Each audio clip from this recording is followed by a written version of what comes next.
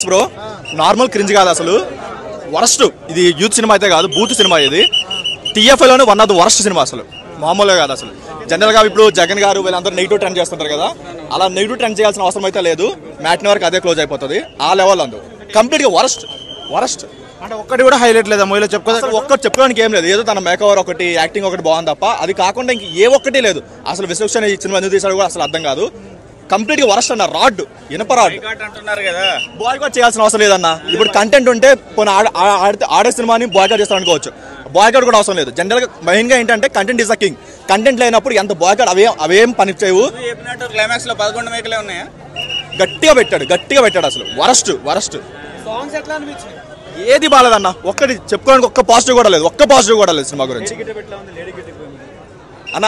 అనకూడదు కానీ మరీ తేడాగా ఉంది అన్న గెటప్ అయితే మరీ తేడాగా ఉంది వరస్ట్ అసలు అతనికి సెట్ అవ్వలేదు ఏం అవ్వలేదు చూసాను చెప్పు అసలు